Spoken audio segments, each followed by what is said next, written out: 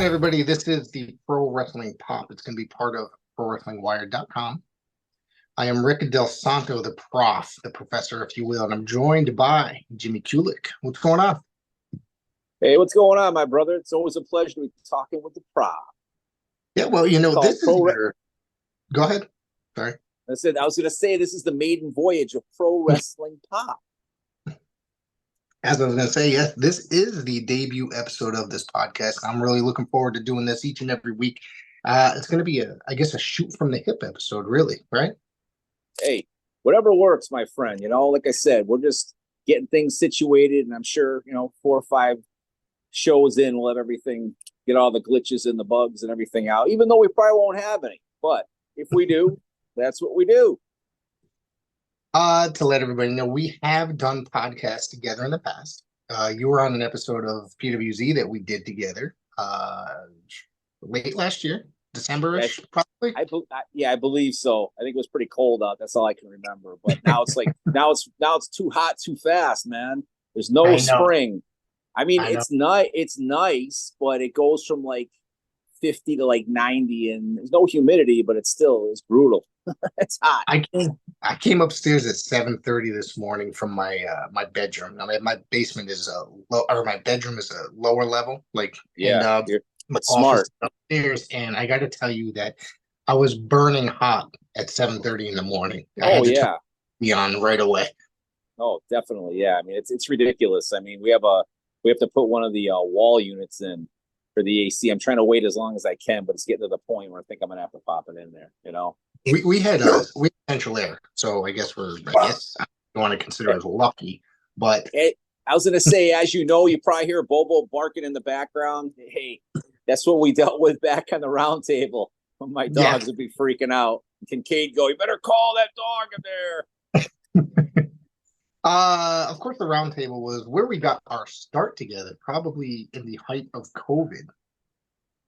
That was a rough time, man. But that's like I said, man, Don Kincaid was there to fish us all out of there, and that was a great year. Except, I mean, that year, not because of COVID, but we all were able to become friends, and we got together and we talked about something we all love talking about, which was great. That's how we met, through the Stirring the Pot, which was Don's.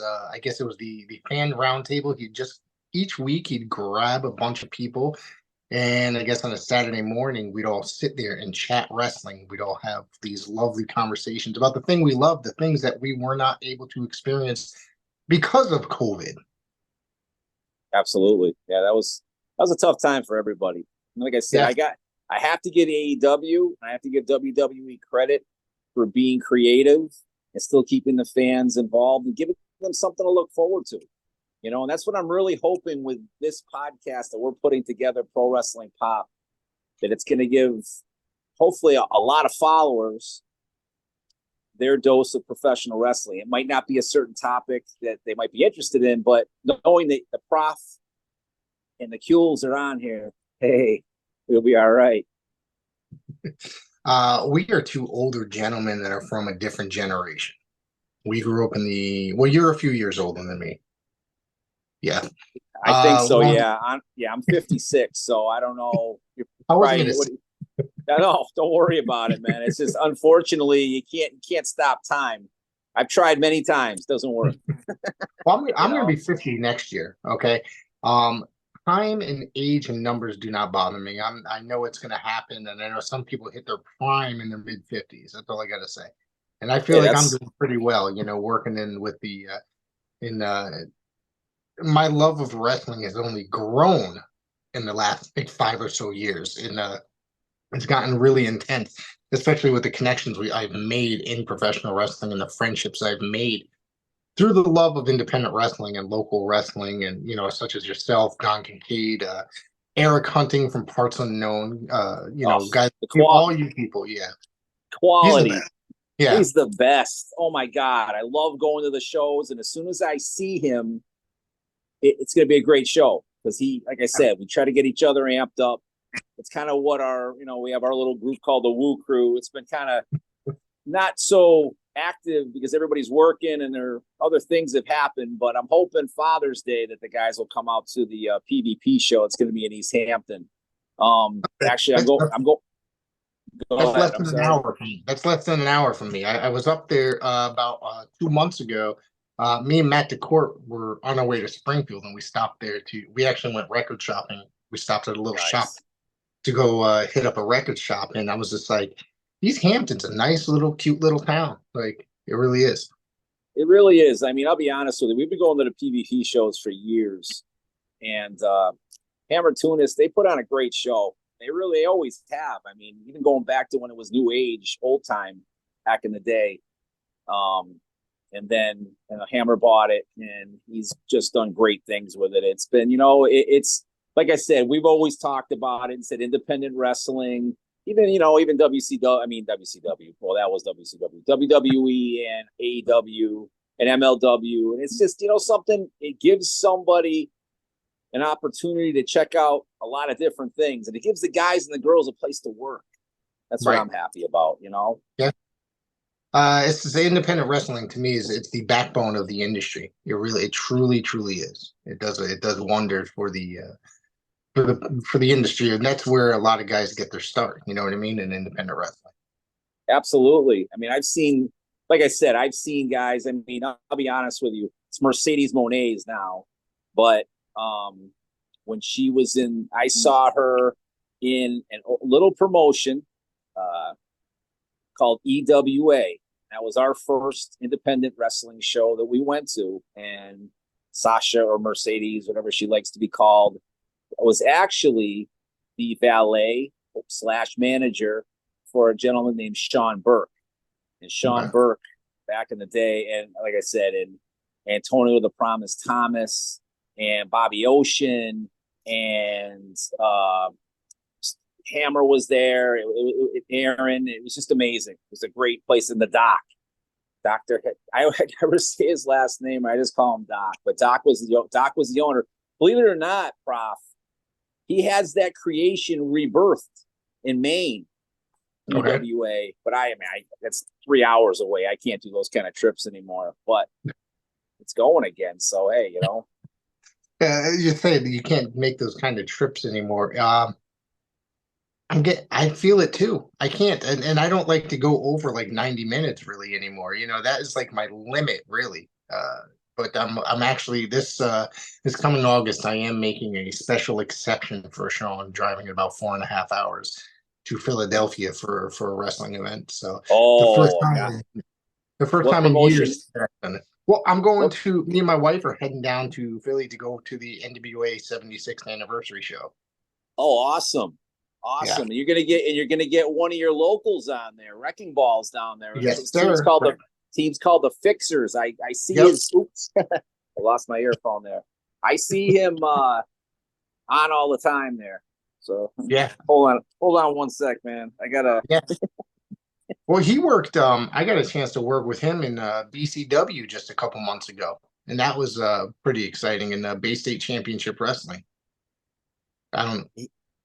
he's he is a he's an extreme talent. He really is. A guy his size that can move like a gazelle. That guy's awesome. He really is. Yeah, great guy too. Great guy. Oh, excellent guy. Excellent guy. He was always very willing to have, say hi to the fans, without any difficulties. He actually, I'll tell you a quick story about him. Unfortunately, there was a gentleman. I'm not quite sure what his name was. I think he passed away about a year back, but he was a dedicated PvP fan. And where the venue is, it's not handicap accessible, which is unfortunate. He went downstairs, picked the fan up, carried him up 2 flights of stairs anytime he was there. And he just did that out of the goodness of his heart. So, That's like I said, amazing. a nice guy, very nice guy. Wow, that's amazing. That it's stuff like that makes wrestling so special because it doesn't happen every day. You know what I mean? Absolutely, absolutely. It doesn't. I mean, it's too bad. See, you and I know where to draw the line when it comes to talent and fans, and it's Yeah. sad because some fans don't give these guys and girls a break. It is a wrestling show. It's entertainment, and some people take it way too far. They're which is sad. But what are you going to do? Well, speaking of that, there's guys that are doing things like the what do you call it? Like the autograph stalking. Speaking of which, they don't give them breaks and stuff like that, hitting up the airports. And like, there's a guy I know. He runs a shop here in Connecticut who will remain nameless for the duration of this episode. But he literally posted on Facebook that he was at, when Bradley Airport in Hartford, when WWE was coming in town, he had a stack of like, I don't know, was it DVD covers or 8x10s, excuse me, or like action figures that he was looking to get signed by like WWE stars coming in. To me, that's just let these people have their time. I just think that's trashy behavior on my part. It's Their part, it's yeah, but it's sad because, like I said, people sometimes can't see it that these are real people. They Right. are everyday people, just like you and me. They're just in a profession that they're showing their talents off in front of millions of people. Yeah. If they're in WWE, if they're in AEW, MLW, Japan, All Japan, that's they have to understand. I mean, they understand, but like when you're going up to a guy, one of the girls, 3:00 in the morning, you're waiting at the hotel for them. I guess Bianca Belair had an issue, and it's true. I mean, you don't send things to their parents' house. I mean, give me a break. These people are like, give them a privacy. They just That's just freaking crazy. That's just annoying. Like it really is. And I think wasn't it what was the girl's name? I just met her last year. Victoria, Lisa Marie Verone. Didn't she have like a stalker, like stalking her at her house at one point a bunch of years back? Yeah, it's happened multiple times. I'm sure there's a Yeah. lot of times that they don't report it. It's sad, man. But like I said, something though, it's not just wrestlers, it's actors. They all go through the same thing. When you're on Facebook and you're going through reels, I like to go on there as I like to watch stuff that Sylvester Stallone has, but same thing. He's forever getting all the paparazzis are forever following him every move he makes. And you just don't do that. You don't do that. You wonder where some of these people get these videos and pictures. They have to be stalking these people, which is really sad. But like I said, it kind of comes with it, but in a way, it's just not good. Yeah, you have to be mentally able to be able to put up with that stuff. I know Sylvester Stallone's he's like 70 something years old. I mean, he's been doing this forever. You know what I mean? These people have been bothering this guy forever too. I mean, I watch him on was it on TikTok, I think it was, or Reels or one of those, and it's just he's got some interesting content that he's creating. You know what I mean? He's going through, speaking of that, he's going through a lot of his old stuff that he's found like that original robe from Rocky in storage recently. Oh yeah. First movie. We'll talk about that in a minute. I'll tell you all about something. Yeah. Go ahead. So what I was saying, what I was saying was, I mean, you mentioned him going through old scripts. I don't know if you had a chance to see Rocky 4, the one that he rewrote, and they put different scenes in.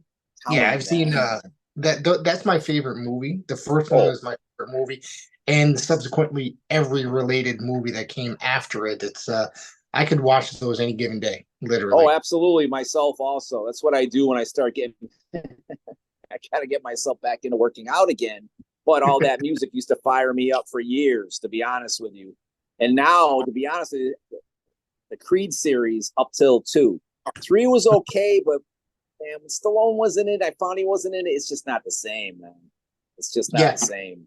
It was a decent movie. It just wasn't nearly as good. I thought the first 2 were awesome, but the third one was just kind of very lackluster. And it's because of, like you said, like Stallone wasn't in it. I think that it that pulled a lot away from it, I thought. Oh, absolutely. I mean, like I said, can't get better. I mean, it was a really great script. The first one was excellent. Yeah. It was so good. Oh my God. Because it was great. Because we went back to Philly. They showed him, they had him come into Adrian's. That was the name of his restaurant, obviously named after his wife in the movie. And oh man, like I said, we could do, honestly, Prof, we could do a podcast on all the Rockies. I mean, we could do that one day. You know what I mean? Absolutely. Yeah. Because I mean, if if we kind of divert, we were going to talk a little 80s, but if you go back, Hogan was in Rocky 3. And that's how it all started. That's how it all started. That's, you know, around the time that I think that got me interested in professional wrestling, around that era. That's not the only time, but I had when I was a kid. So, well, I don't want to say it again, but I am a few years younger than you. I did have the Hogan figure, the Thunderlips figure from Rocky 3, if you remember that big ass, like stand. So that's probably the first wrestling toy I ever owned, and that was what, 1982, right? Was that 1982? Yes. Yep. Yeah. 82. Yep. Well, I fully immersed myself in professional wrestling in 1984. And then 1988 was my first live event. And I just kind of got, that's where you get to that obsessive level. You know what I mean? To where it's life changing. And then I'm still watching it like today. Oh, you know something? You can't beat the 80s, man. The 80s was incredible. It's so funny. I was just down the street before the show, and there's a young man that works there, and I walked in with my NWO shirt on. He goes, "Oh my God, I love that shirt." I said, no problem. He goes, "Oh man, I wasn't really born yet, or I was really young. I can't remember exactly what he said. But he was, "Oh, I used to watch the NWO religiously. And the first time that Sting came out with red face paint on, that's how it just took over." That's good stuff, man. And it's funny. I just want to say, because he had the, I don't know if you've been in any of the convenience stores, and he had the Macho Man. What the heck's the thing? What did he endorse? What's that? No, I was saying that for Slim Jim, remember Macho Man was a spokesperson? Right. Well, right. He has the Macho Man. It's like a holder. It's a Macho Man holder that has all the Slim Jims in it. And he cracks up. He goes, "As soon as they got this thing, man, I was like loving it." That's awesome. That's awesome. Absolutely. When did you start watching it? You said, obviously we're both 80s guys, but when did you start? Well, I had to readjust my headphones here. I'll be honest with you. I started watching it back in the late 70s. Okay. My uncle was a huge wrestling fan, and he actually took me to my first show. And I think I might have mentioned to you one other time that my first real big match that I saw at the Springfield Civic Center was Bob Backlund and Pat Patterson in the steel cage. And that was and my best friend Joe and my best friend Dean, we've been watching this stuff forever. And that's, like I said, I can go back in time, and any subject that you want to talk about from any year, I can pretty much, not so much earlier than that. I've watched a lot. But I love Bruno Sammartino. When you go back and you watch some of those old Madison Square Garden cards, unreal. That guy just was electric. Electric. You talk about a Hogan pop. If you watch it, if you get a chance, go on YouTube and throw out a Bruno Sammartino match from the early 70s, right? Maybe a couple of years before he lost the title. And that place was crazy. Madison Square Garden was the Mecca back then. So that's why I kind of started watching it. My uncle got me into it, and I've been going ever since. I love watching the old televised house shows, the MSG shows, the Boston Gardens, stuff definitely. like that.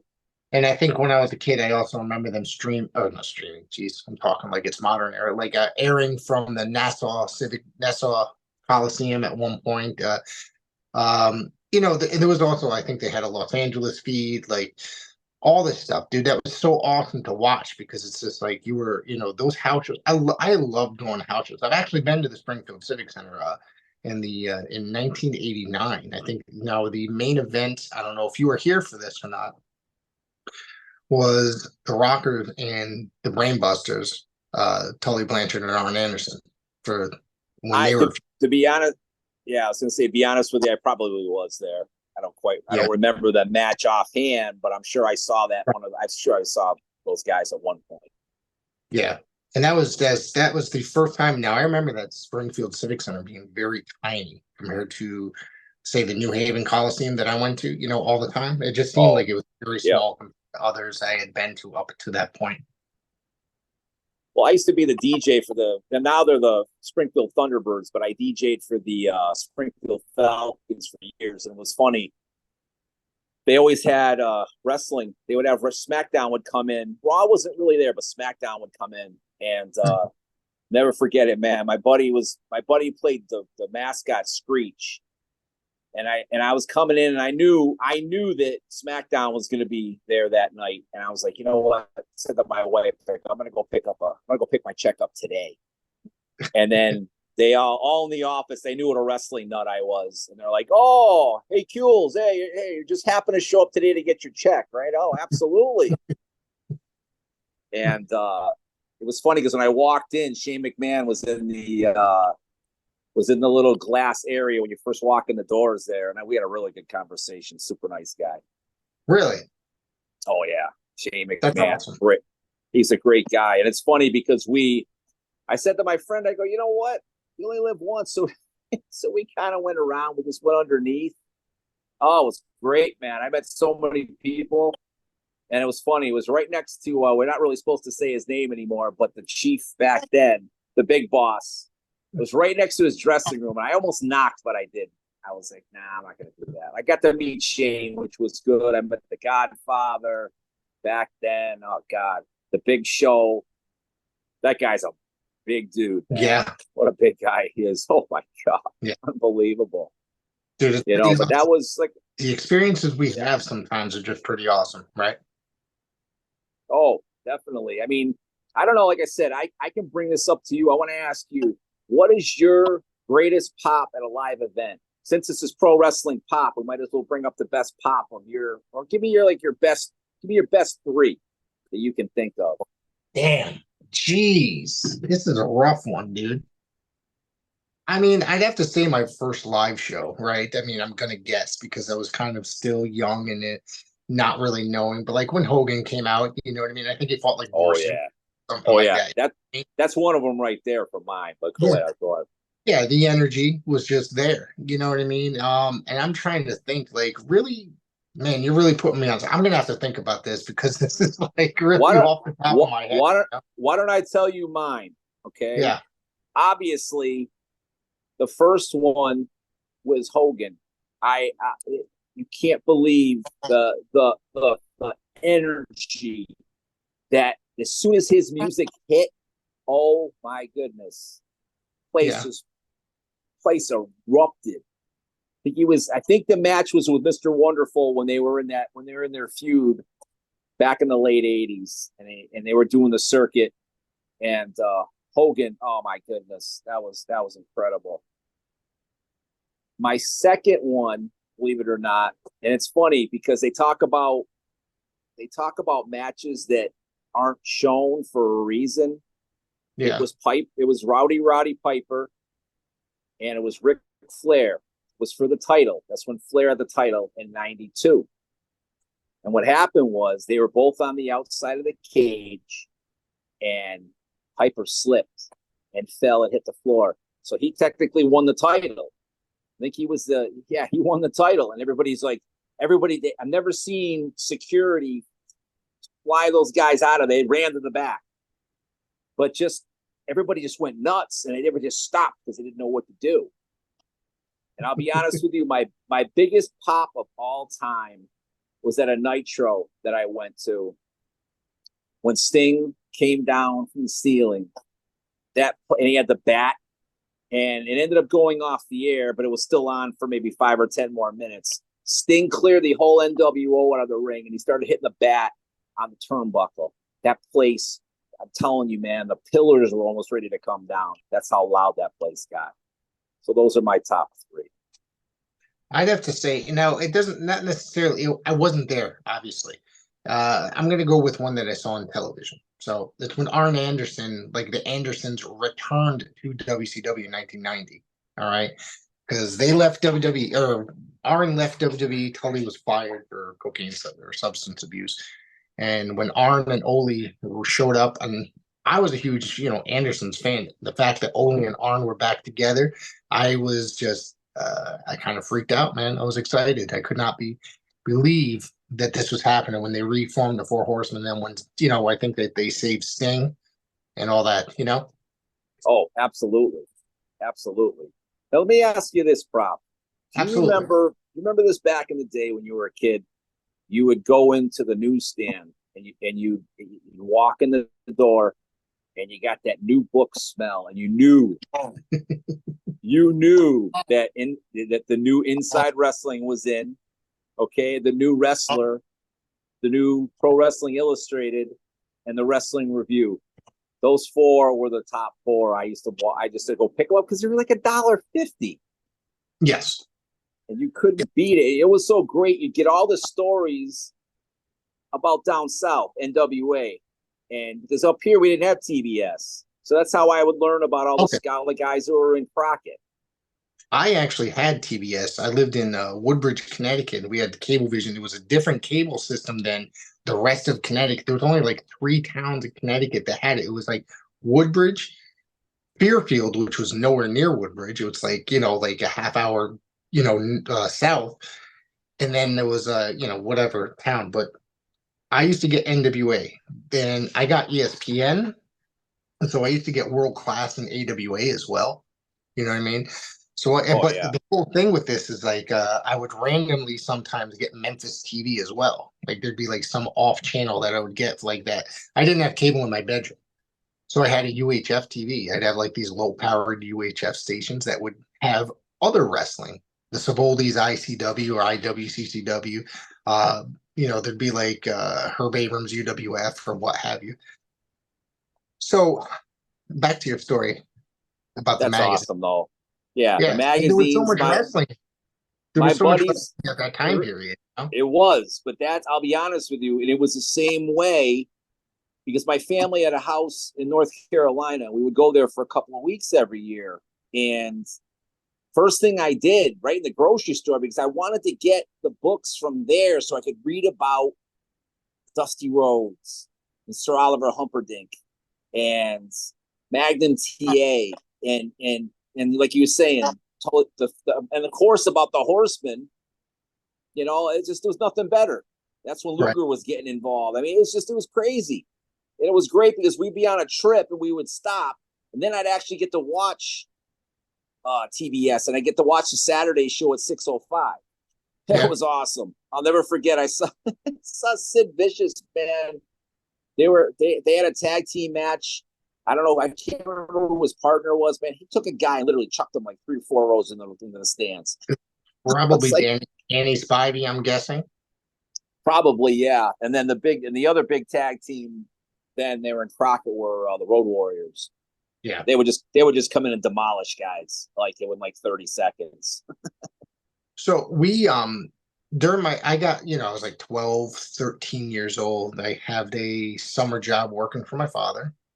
He was now get this. This is definitely an outdated job. He was a television repairman. Okay. Really? Yeah. Wow. Yeah, that He is. Yeah, that's definitely out. Yeah, it's definitely yeah, outdated. he owned his own business. It was his brother's business, and he worked for his brother, and his brother, he ended up taking it over. So the thing with this is like I worked for him. He would fix the TVs, and back in the 70s and 80s, all those TVs were still made of that wood, right? Yes, the heavy wood. Trying to move those things is crazy. I remember that. I used to have to help him move that. Mind you, I was a 12 or 13-year-old kid during the summer trying to help him. But a lot of them that were like beat up and a little bit older, I would stain them, like wood stain them and fix them up and make them look like they're brand new so we can because he also owned a shop that he would sell used TVs. So I would get my 40, $50 at the end of the week, and we'd go to the newsstand in the shopping center There you where the go. grocery store was. I said, I'm going over to the newsstand, and I would go through every single magazine and I'd buy everyone I didn't already have every week, wrestling all stars, wrestling eye, you know what I mean? The wrestling eye. Oh my goodness, I haven't You heard know, of that in years. like all that, like I would buy every single one that I didn't have. I still have boxes of wrestling magazine. I'm gonna have to show them to you one time. I started buying them a few years ago. Now I got like rebuying them, excuse me. Now I got like 400 of them. So just sitting here from the 80s. Wow. Yeah. Yeah, I'll be honest with you. My best friend Joe is I'll be honest with you. Sometime we have to have him on this show. Talk about a wrestling. Talk about knowledge. Oh my Yeah. goodness. You remember? It's funny, man. He'll remember stuff from shows we used to go to, 30 years ago, and he reminded, oh yeah, we were at that one where Hogan did this. I don't remember, but he does. I'm telling you, he knows. He really does. My memory fades sometimes for shows. I've been to so many over the years, and me getting older, I'm forgetting, and sometimes I go back, I try to remember certain things about the New Haven Coliseum. That was my arena, my home arena. It was 15 minutes from my home.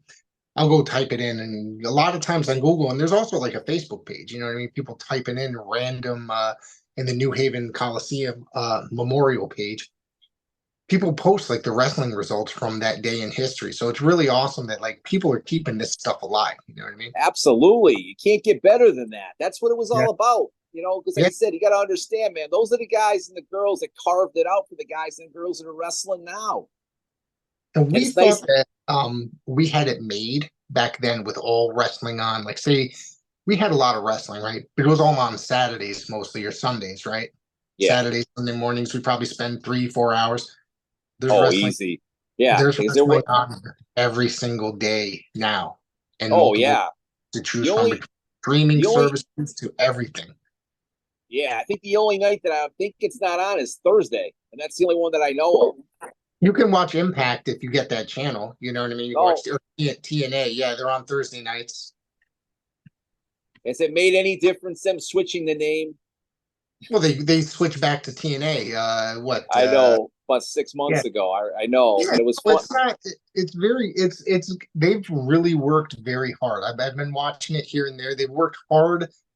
When Scott D'Amore was part of the company, he was fired or let go a couple months ago. When he was a part of the company, he really worked very hard to reshape the company and make it a better company, as far as like just a better product and a better like morale. And I'm going to tell you something. That's a really good show. I went to the pay-per-view they did last September. It was in New York. Me and my buddy drove up there. And it had gotten some good traction at that point. It was really good. And it's been really good and consistent since. Seriously. Yeah, no, I agree. I agree with you. It's funny because I go back in time and I watch on YouTube. That's what's great about YouTube, man. YouTube's got everything on there. And I can go back. And for a while, you couldn't really do that because it was all on the Impact, their special channel, like the WWE has the network. Like the network, the network. So they want you to pay, monthly. But like I said, everything adds up. Exactly. So, but now they have it on YouTube, and you're going back, and back in the day, like I said, their first pay-per-view when Shamrock won the title. I think he was the first TNA champ. If I'm saying that correctly, I think I'm right. That was a while ago. It was like in 2002. That was part of the NWA, and it was the NWA belt. Now I'm trying to remember the first few years were associated with the NWA, and I think was it the Battle Royal or was it something like that for the NWA title? And I think you might be right. Too. I think you're right. It's just there. Yeah, there's just so much to choose from. And like I said, the good thing about the Pro Wrestling Podcast, what we're doing now, is there's so much stuff to go back and go over. And like I said, we'll come up with our getting our groove, and we'll figure out different things each week that people be into. Right. Yeah, absolutely. There's we can talk about modern wrestling. We talk about wrestling from the past. Who was your favorite wrestler growing up? I mean, during the 1980s era. Oh, no doubt it was Hulk Hogan. Hogan was the man. Like I said, unreal. I don't know if I told you that story. I used to be at my community college. I was the sports director at their station, and I had to fight like heck to get wrestling on there. But the guy actually let me do it. The program director, he was the boss there, but he's like, oh, hey, I don't care as long as there's no cursing or anything like that. You can put it on there. Right. And what I did was I did the whole Hogan Iron Sheik match from January 23rd, 1984, when Hogan won the title. And that was so cool. It's only 5 minutes long, but just hearing it, my buddies are like, I can't, you actually played that. I said, why not? Why not? You know, Why it's not? different. Right. It's Right. it's but it's different now because it's so much more accepted. You remember when we were kids, you couldn't tell anybody you liked wrestling. No, it was no. You got made fun of. I mean, today a lot of people. There's a lot of people. To the people that are going to comment on this video in the YouTube channel, which a lot of people do, sometimes they will go off and say it's a fake scripted sport, but who cares? That John Rambo movie you just watched is also fake. So is Rocky Balboa. We're still fans of Rocky. Oh, absolutely. You know what? Everybody has their likes and their dislikes. Yes. You're gonna hear opinions from people about the way we do things on this show. I'm sure on your other shows, but you know what? Yep. You come on and do your thing to the best of your ability and just go from there. That's all you can do. We are here to have fun. We are here to talk something that we like, and it's just so happens to be professional wrestling. And to me, you could call it fake. To me, it's not really fake. People still get injured. They break their bones. They get injured. There's multiple concussions. You know what I mean? So if you want to see how fake it is, come down to the school. I'll bring you down to see my buddies Exactly. at Yep. the school, and I'm sure that they'll show you how fake it is if you Yeah. install. Hey, take a slam bump. Oh yeah, Yeah. believe me, I've had the honor. Uh, my friend Antonio the Promise Thomas. You guys Yep. probably know him as Thomas Santel. Uh, what I call him AT. Well, AT is one of the greatest guys in the world, and we actually used to go to his school all the time. And we understood. We were just there to observe. We're not there to say anything. So we would go in and really observe to see what these guys and girls went through, and it gives you an incredible amount of respect for their craft. And that's exactly what it is. It's their craft. And people shouldn't be putting them down for whatever, like you just said. Have somebody who's a doubter hop in the ring. You're not getting Yeah. body slammed. You're not getting body slammed on a mattress. That is a thin, very, very thin piece of cloth material, maybe a small mat, and then it's all plywood. So that's just. I do commentary for several different companies based out of Connecticut and Springfield, Massachusetts, and Holyoke, Massachusetts. I'm there when the ring goes up. I'm there when it's torn down. It's nothing but steel and wood and a thin padding about this thick. It's still gonna hurt anytime somebody gets slammed in it. There's steel behind those turnbuckles. It's steel posts. It doesn't feel good. I'll tell you that much. I've gotten hit in No, a piece of pieces of the ring trying to move around something, and it just doesn't feel good. no, but that's the thing that you and I have is an incredible amount of respect for this sport. And I think that other people that don't understand it, if they have an opinion, that's okay. But you also have to have the amount of respect for the time that these people are away from their families. You want to see the perfect movie that depicts this? See 350 Days. That's what it's all about. Or you watch any of the biographies on these guys and girls. They were on the road that many days. Directed by Evan Ginsberg, 350 Days, which is I am friends with the director on Really? Facebook. He promotes that film constantly. It's definitely a good watch. I will tell you that. It is. I mean, like I said, if you're an 80s fan and you grew up in that era, you're going to see how it really was. And the perfect guy to listen to is Greg Valentine. Greg Valentine basically tells you how it really is. And when my son was young, I wanted him to meet as many of the guys, and he has such a respect for it now. He grew up with it. So he came with me and he met everybody. We met as many guys as we could. And Yeah. it was just a great experience for him. But he understands how much respect that needs to be given to each guy and gal that's in the business. Even like I said, coming up from the schools and starting your first independent show. And a shout out to Jason Tunis. Jason Tunis made his first appearance. Yeah, he's been in a couple of different matches now. He's actually going around with Hammer now to the different promotions. And Jason Tunis, let me tell you something, Prop. This kid's good. He is good. I've seen some video footage of him. I believe that it was on somebody's YouTube channel. He just made his debut recently, correct? If I remember. Yes. Yeah. Yes. He really, the kid is good.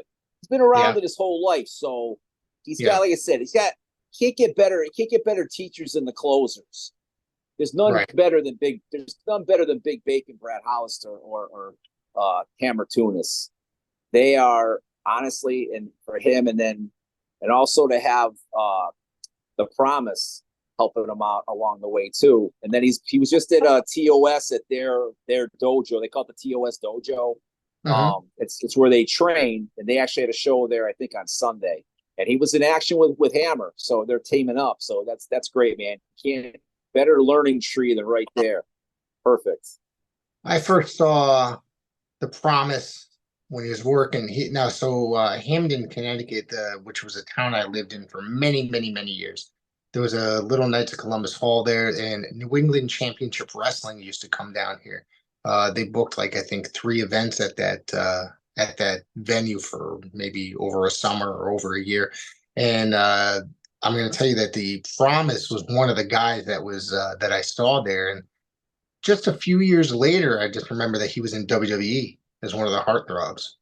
He was, and something, we've had many talks about that.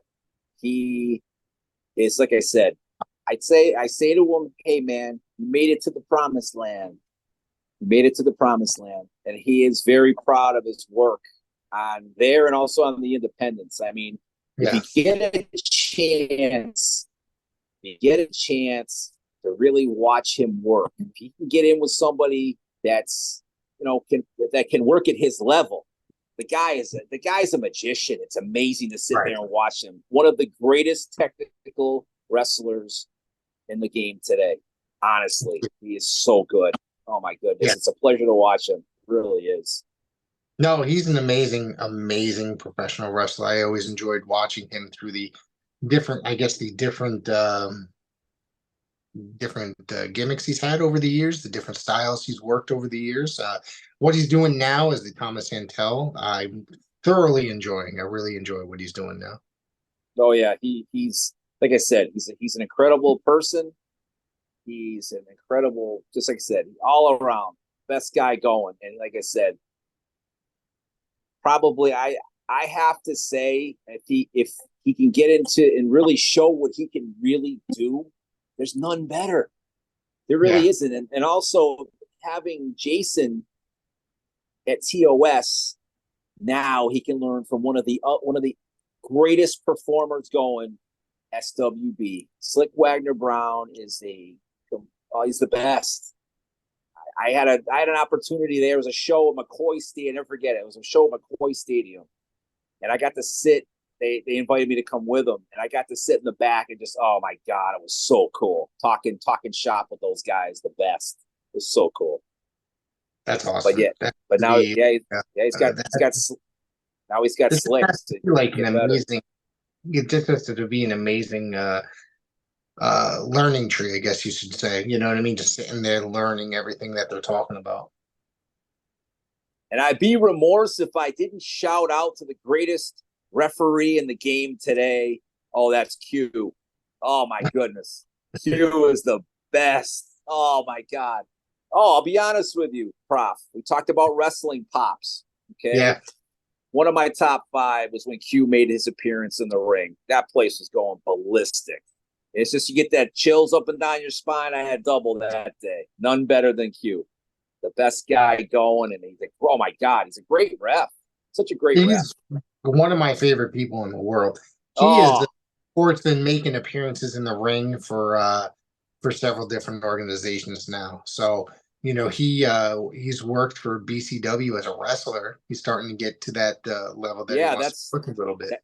That was his first show, the BCW show, I believe. But we were at that, and that was awesome. Oh my God, it was so cool. Yeah, Nothing great guy. better. I get to see him quite often, and it's depending on shows, whether he's part of a group now that comes down to you Coliseum Pro Wrestling, which is a place that I do commentary for. So he's part of Paid in Full now. He recently joined, I guess, as part of the he's in the last month, or not in the last month, but 2 3 months since became a full-time member, and now they're going all over the place, tearing up the New England independent circuit. So It is causing so havoc, causing havoc, man. And the greatest thing about Q, he will tell you how it really is. He doesn't pull any punches. The guy Yeah. is just a absolute quality person. It's an honor to have him call him a friend. And he is just so fun. I'm so psyched when I go to a show and he's there. I'm like, oh, good. Get to see Q. If you're having a bad day, man, you see him with a smile, shakes your hand, gives you a hug, man. The best. Yeah, absolutely. Absolutely. So what else you want to talk about? We got some time left. Oh yeah, absolutely. All right. Let's dig back. Let's dig back a little bit. Okay. Tell me your favorite 80s wrestler, why, and what's your favorite match that he was in? Okay. So I'm gonna go with, all right, so as a kid, I was obviously a Hulkamaniac. That's when I discovered that I think everybody was really. Uh, as I got older and got more, I guess you could say, interested in the actual wrestling part as a part of instead of the show part, then it changed. My opinions changed. So Hogan was as growing up, my opinion changed. I could tell you who my 80s wrestlers now, because I mean there's probably a list of like 50 guys, you know what I mean? But you know what I mean, as I matured as a wrestling fan, Hogan was, and I'd have to say I absolutely loved the feud that he had. With Andre the Giant, the WrestleMania 3 is not necessarily a very good match, but it's the electricity in that damn room that makes that a great match, right? Absolutely. Yeah. Yeah, And then absolutely. my other would have to be the feud with uh Randy Savage, and then the meeting at WrestleMania 5. Because growing up as a kid, when those two got together, SummerSlam '88 was the shit. That was my favorite thing, like them teaming up, blah blah blah blah blah. And then have several months later, them breaking up, and then the main event where they just the Mega Powers explode and they go at it at WrestleMania 5, and Hogan regains the belt. Yeah, you couldn't beat that. You couldn't Yeah. beat that. Now, on my end, I'll be honest with you. He was in the '80s, but it was at SummerSlam. It was Bret Hart. I mean, I Yeah. love Hogan. Hogan, my favorite of all time, and my favorite Hogan match was probably with Andre at WrestleMania 3. But like you said, if you really dissect the match, Yeah. it was because Andre couldn't do anything. Poor guy could. He was just trying to put Hogan over. But I don't know if you heard the story about that. Hogan's talked about it many times. Andre wouldn't tell him how the match was going to go. He was afraid that Yeah. he had no clue. And he's talked about that many times. And it was funny My because when I met Jimmy Hart in at Hogan's Hangout this past March, we were talking about that match. And he was telling me, he goes, yeah, Hulk didn't know. He was nervous Well, I think for he that. didn't Andre also have like a sciatic problem, like sciatic nerve issues, so he Oh, was like holding on to the he ropes a lot during that yeah, during that he, match. he had to, because Yeah. if you see, I believe me, I have two herniated discs in my back. When they start barking, you're walking weird, man. You're like Trust me, hunched I know. over. If you watch Andre walk into the body slam at WrestleMania 3, you see how he's walking and Yeah. it's really hurting. And then if you also, another guy that has a lot of back problems is HBK, Shawn Michaels. And Right. if you go back to the match with Stone Cold at WrestleMania, I want to see, 14, yeah, WrestleMania 14, Michaels is holding his back and he's walking the same way. So I feel for them. I know where it's coming from. I'm a huge Stone Cold fan, I'm a huge HBK fan, but total respect for for those guys. And I'm telling you, if you have ever had sciatica, it's a lot of Yes, I pain. have. Yes, I have. Yes. Absolutely. That's the worst. So those guys, like I said, we talked about it earlier. They give their bodies and their minds and everything, all their heart and emotion into the business. That's what it is. And that's what I was saying about Q. Q's the same way. He gives his heart and soul. And you could just tell in that match for BCW. That was amazing. That was it's so good. I was so proud of him. I saw him work, I think, was it Jay Bricks, I think? Yeah, it was with Jay Bricks. He teamed up with Bull. I think it's Dread. Bull Dread. It's nice because him and Bull, you can tell they're really good friends. And Mike is a good friend of mine. I probably shouldn't be calling him by his shoot name here on the show. He's been on the show several times. He's been to my home. He's an all around good dude. He's funny. Yeah, he's awesome. Yeah, he seems like a great guy. He really does. Yeah. But like I said, it's nice that Q's got him watch. He's watching Q's back. And Q did great. Yeah, and it's funny because I'm not going to go off on a tangent, but I met him. He used to be a manager at a local restaurant in the area. And I met him and we started, he goes, hey, where are you guys going? And I think he'd never been to an independent show. He goes, oh yeah, man, we're going to an independent show right up the street. He goes, oh man, where is it? I'd love to get into, that's like my dream to get into wrestling. Hey man, this guy is living his dream. It might not be in WWE or AEW, but I don't think he even cares, man. It's great. It's so great. So happy for him, No, he works very hard. He's a great guy.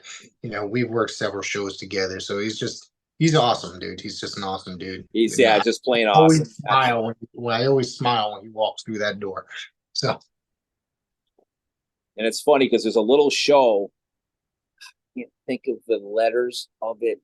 It's a little show that came around to Feeding Hills, and Q's worked out when Cindy Hart's the owner or the manager. OWF. Let me tell you something. Yeah, we were very impressed. They have a small. I don't know if you ever seen The Ring. Maddie's done a lot of commentary for them. Fun fact. I replaced Matt DeCourt on a show one night as commentator. One show, I've worked one broadcast for them that they've done. I don't know if I'm going back or not. That's on their end. So, if they need me, they know how to get in touch with me. So, I'll be honest with you. Yeah. You're walking in, it's a smaller show. It's not PvP and it's not They use a lot of local guys. Yeah, but these local guys in that smaller ring. Let me tell you something. I honestly don't remember the two ladies who were wrestling that night. That was one of the hardest hitting matches I have ever seen. They were, oh my God, they were laying forearms on each other like you couldn't believe. And they were very good. They were really good. They have another show coming up in Feeding Hills within the next few weeks, I believe. I'll send it to you after we get out of here. Okay. They actually, they have and I think they're doing a combined show with BCW, or BCW is calling it the BCW Takeover. So they're feuding currently with BCW. OWF just ran a show in a Bristol sports bar last Friday, I believe it was, or the Friday before, and I was there. It was a good show. It was fun. It's just for the record, for the Feeding Hill show, they have a brand new ring that's going to be a little bit bigger than the one that you saw at that show. So they have another ring, so it's going to be probably a little bit different, I'm guessing. But I'll be honest with you, they did the best they could with that ring, and it was a really entertaining show. Yeah, it really was, because it's kind of like I enjoy the atmosphere because I like that's why I love independent wrestling so much. I love going to an atmosphere where I feel comfortable. You don't feel like you don't have to act any certain way because people know who the Woo Crew are. People know how we are at the shows. Yeah. And I just tell people, I'm like, yeah, we're loud, but we're just trying to get the fans into it. And I've had more guys come up to me and more girls come up to me and be like, we love having you here because you get the crowd so fired up. And that's what we do. Yeah. That's what we do. That's why it's just fun to do that. And it's a good way to let out a lot of stress and aggravation, and you don't have to worry about how you're acting. And obviously, you're not going to act over the top, but right, yeah, because we understand how it really works. But you get some people, guys, are in there drinking and smoking and doing all the stuff they're not supposed to be doing, and are cussing at the wrestlers and try to hit the wrestlers. Come on, man. That's where I step in. I'm like, hey, yeah, man, you got to back. I had to do it a couple of times. I said, man, listen, man, you got to back off. Go over and sit down. Like, oh, what are you? They're trying to start with me, and I'm like, I'm not trying to start any friction, but you're here to have a good time, but you're not here to interfere in their show. right. If Doc has a tradition, he'll bring one of the guys over so I give him a flare chop, but that's just because it's not planned. It's just on the spur of the moment. But Right. it's. But yeah, people don't understand sometimes. So No, okay, people, that's the one thing I worry about going to shows and bars. The OWF runs shows in the bars here in Connecticut. Uh, and it's kind of, it's not necessarily a wrestling crowd. There are wrestling fans there that come specifically for that, but then there's always the bar patrons as well. So that's a little bit kind of like the scary part. They're like, are they going to have too much to drink and try to fuck around a little bit? That kind of a thing. But then, they're going to fuck around and find out, I guess. You know what I'm saying? yeah, oh, definitely. I mean, like I said, let me tell you something, man. You know, you don't want to mess around with the guys at PvP, man. Bacon cinches you in one of those freaking suplexes, you're done.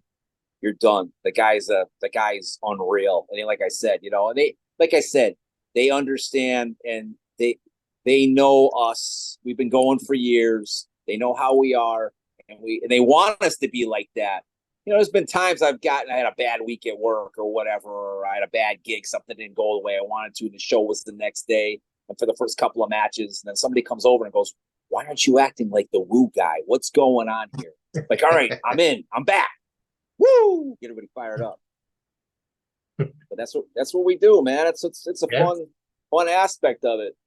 What I really want to Yeah. do is, like I said, now as I get older, and so while I can still move, I want to get to as many shows as I can get to. And like I said, I think we had talked about it in the past. I know you're doing commentating. If you ever need a guest down there to come talk some shop with you during the matches, let me know. I'll hop right over there. Yeah. Yeah. I'd love to have you as guests sometime. But it's not always up to me. That's the other thing. Oh, of course, of course. Yeah. Like I said, you've got none better than. That's what we got to do, though, Prof. One day, one show, we got to get Maddie on here with us, man. Oh, definitely. Matt is we're actually in talks of that right now. His schedule's been busier. He's got a lady in his life now. So, his schedule's going to be a little bit busier now that he's got a young lady in his life. So, Yeah, but like I said, man, that's talk about, like I said, you meet a lot of quality people in this business, and yes. that guy is at top of the list. Him and Q, man, Oh, top of the absolutely. list. Absolutely. So, Always seek out Maddie. we're gonna wrap this up for tonight, and why don't we just give a shout out, with you make sure you support your independent wrestling. This is gonna air, you Oh, know. absolutely. I know that there's a show Saturday. I think it's in Manchester, Connecticut. I don't remember the name of the promotion. Lit Legacy is timeless. So yeah. Yes, Oh yes, no, and a wait, lot is of that it's in Pine Manchester. Go ahead, Prof. Pure What? Vanguard? Pure Vanguard is the Pure show. Vanguard. Yeah, I Yes. saw. I think it's their first show, and Yes, my it is. son. Yeah, my son and I are going to go to that. My son Jimmy and I are going to go to that on Saturday because he's going to be out of town for the PvP show next Saturday or Sunday. It's on Father's Day, but we're going to go to that a week early. But then it's funny because Hammer sent me a message. He goes, "You coming on Father's Day?" I said, "Yeah, we'll be there." So then next on Father's Day, PvP is going to be in East Hampton, I believe, at the Pulaski Club. And if Okay. you guys get a chance to come down, I know it's quite a drive for you, but let me tell you something. Great talent, great show. It If really you're is. coming into Connecticut to go to Manchester, if you got time for the evening, you can swing by Coliseum Pro Wrestling in West Haven. This Course of Honor, the Miracle Generation is going to be there. The Vetrano brothers, uh, Jay Vara, the New Age Wrestling Heavyweight Champion, Alan Bano. There's just a whole stack of great professional That's wrestling. good, It's gonna be an guys. exciting night of professional wrestling. So yeah. Absolutely. Yeah. Like I said, if we can get out that way, we'll definitely come. But if not, we'll plan something up so we can, we can kind of sit down and start talking more wrestling up that way. That'd be great. Absolutely. So what I want everybody to do is want to thank everybody for tuning in tonight. I want to say go check out prowrestlingwire.com. Go check out Jimmy Kulik over there on the Facebook, right? Is that the only social media you have? Yeah, be honest with you, man. When you hit my age, social media is kind of like a new creature. So I'll be honest with you. I have a mobile DJ business called the Kules Connection. Yep. We're trying to get things back together ever since COVID. A lot of people aren't doing a lot of functions. So we are available. And if you check us out, I'm sure you'll go on my page. It's Jim Kulik. There's all sorts of cool stuff on there from gigs we've done and over the years. And yeah, would love to get that going again. And also, real quick plug, my friend Eric has a roofing business. It's called Peak Performance Exterior Home Improvements of West Springfield. And if there's any Massachusetts people listening that are in need of any home repairs, roofing, siding, skylights, those are my plugs. Let me know and I'll take care of you. All right. I want to thank you, and we will see you next week. Take care, my friends. Always good talking with the Pro.